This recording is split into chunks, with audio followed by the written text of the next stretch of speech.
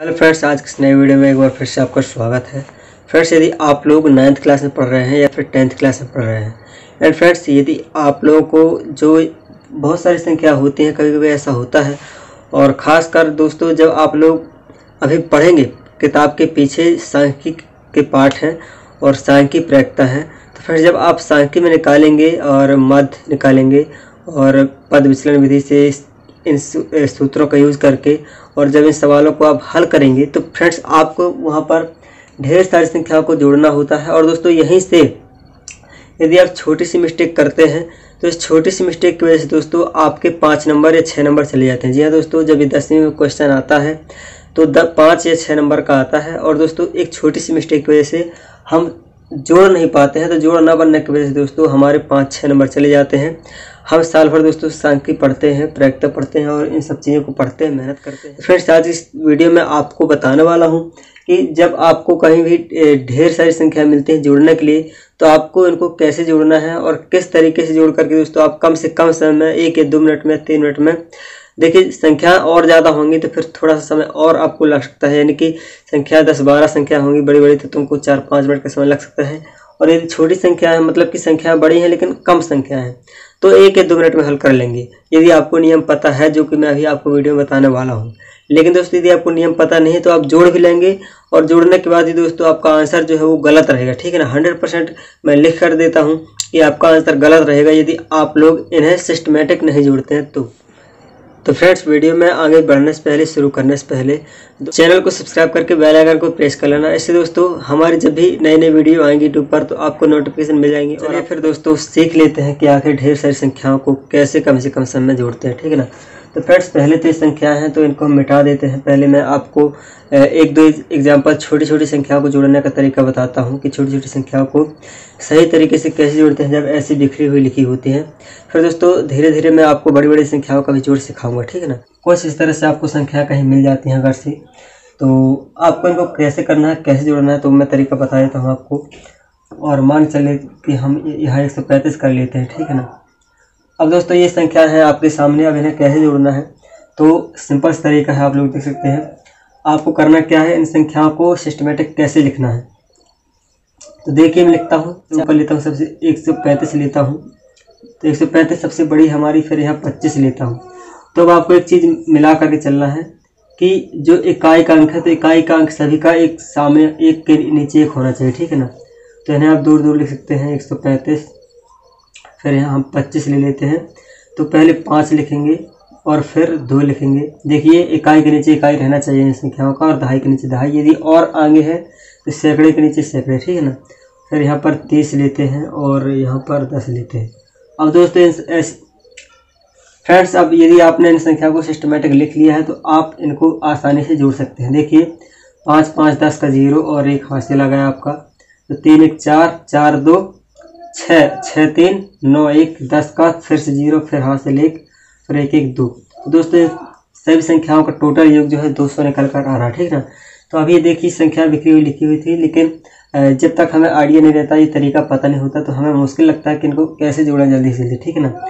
अब हम बड़ी संख्याओं को लेते हैं, 1520, 1,25,340, ठीक है ना। तो देखिए दोस्तों जैसे जैसे संख्या हमारी आगे बढ़ती चली गई, हमारी है 1,25,340, ठीक है ना, सबसे बड़ी है। दोस्तों यदि आपको ढूंढने में दिक्कत हो रही है कौन सी बड़ी है कौन सी छोटी है और आपके सामने ढेर सारी संख्याएं लिखी हुई हैं, तो आपको घबराना बिल्कुल नहीं है। फ्रेंड्स, इसके बाद कोई भी संख्या लिखिए, चाहे आप छोटी लिख लें या फिर मीडियम वाली, मतलब कि ना छोटी नहीं ज़्यादा बड़ी, या फिर इससे या फिर इससे। तो एक चीज़ आपको नोटिस करनी है, जो कि अभी मैंने पिछले सवाल में बताया है कि आपको इकाई वाले अंकों को मिलाकर लिखना है। चलिए मैं इसको लिख लेता हूँ 1250 को, तो पहले 0 के नीचे 0 लिखूँगा, फिर 5, फिर 2, फिर 1, ठीक है ना, इतने लिख लिया। फिर हम इसे लिख लेते हैं 100 को, तो ये लिख लिया, ठीक है ना, इकाई के नीचे इकाई। और फिर इसको लिख लेते हैं, चलिए, तो ये 0 2 5, फिर इसके नीचे 3 और फिर 1 इसके नीचे आएगा, फिर 10।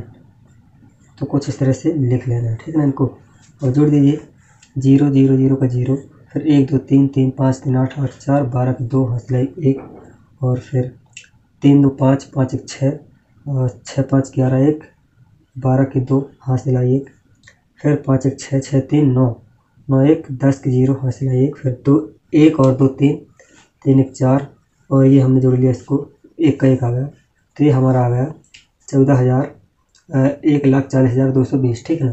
तो फ्रेंड्स आई होप कि आप समझ पा रहे होंगे कि चाहे जितनी भी संख्या लिखी हो आपकी और ज़्यादा या फिर इससे कम, तो आपको इकाई चार्ट से लिखना है और चाहे बीच में छोटी लिखना है। देखिए 100, फिर सबसे नीचे 10, मतलब कि इकाई के नीचे सभी इकाई वाली संख्या को एक सीध में होना चाहिए और दहाई के नीचे सभी दहाई संख्या होनी चाहिए, दहाई वाले अंक के, और सैकड़ा वाले अंक के नीचे सभी सैकड़ा वाले अंक होना चाहिए और हज़ार वाले अंक के नीचे सभी हज़ार वाले अंक होने चाहिए। ठीक है ना।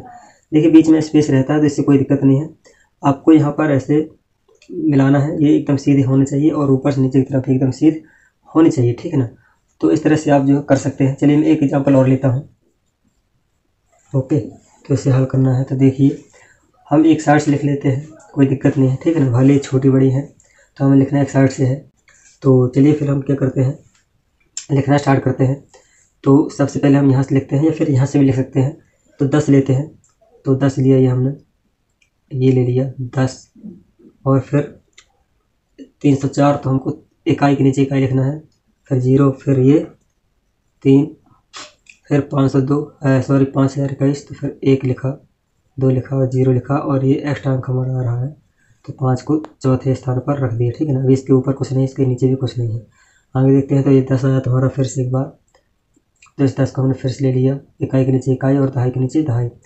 फिर इसको लेते हैं तो 2 1 1 0 1 2 1 1, फिर इसके नीचे 0 आएगा और फिर 1। तो जितने भी अंक हैं तो अंक के नीचे अंक होना चाहिए। ठीक है ना।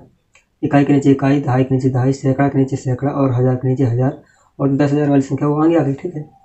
अब लेते हैं इसको, तो 7 6 4 7 6 4 और 2 5 1 3 2 5 1 3। अब इसको ले लेते हैं 30 को, तो 30 आ गया, और फिर 1 को, तो 1 आ गया, और फिर 5 4 2 1 5 4, फिर इसके नीचे 2, फिर इसके नीचे 1, फिर इसके नीचे 3 2 5 3 2 5, फिर इसको लेते हैं 0 4 3 0 4 और 3, फिर 2 1 2 1।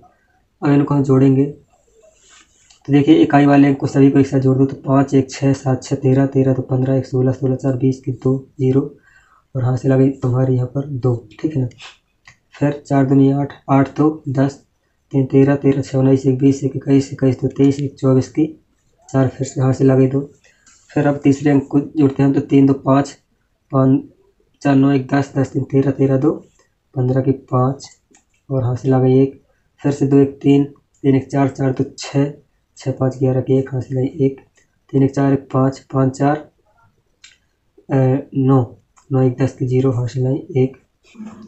और फिर हम लेते हैं यहाँ पर 2 1 3 1 4, फिर 5 3 8। तो दोस्तों ये तुम्हारी टोटल संख्या जो है जुड़ जाती है। दोस्तों जब आप लोग प्रैक्टिस करेंगे 3-4 बार प्रैक्टिस करेंगे, तो 3-4 बार प्रैक्टिस करने के बाद ये आपसे आ जाएगा, और आप ढेर सारी संख्याओं को कम से कम समय में 1 या 2 मिनट में ही जोड़ पाएंगे। ठीक है ना।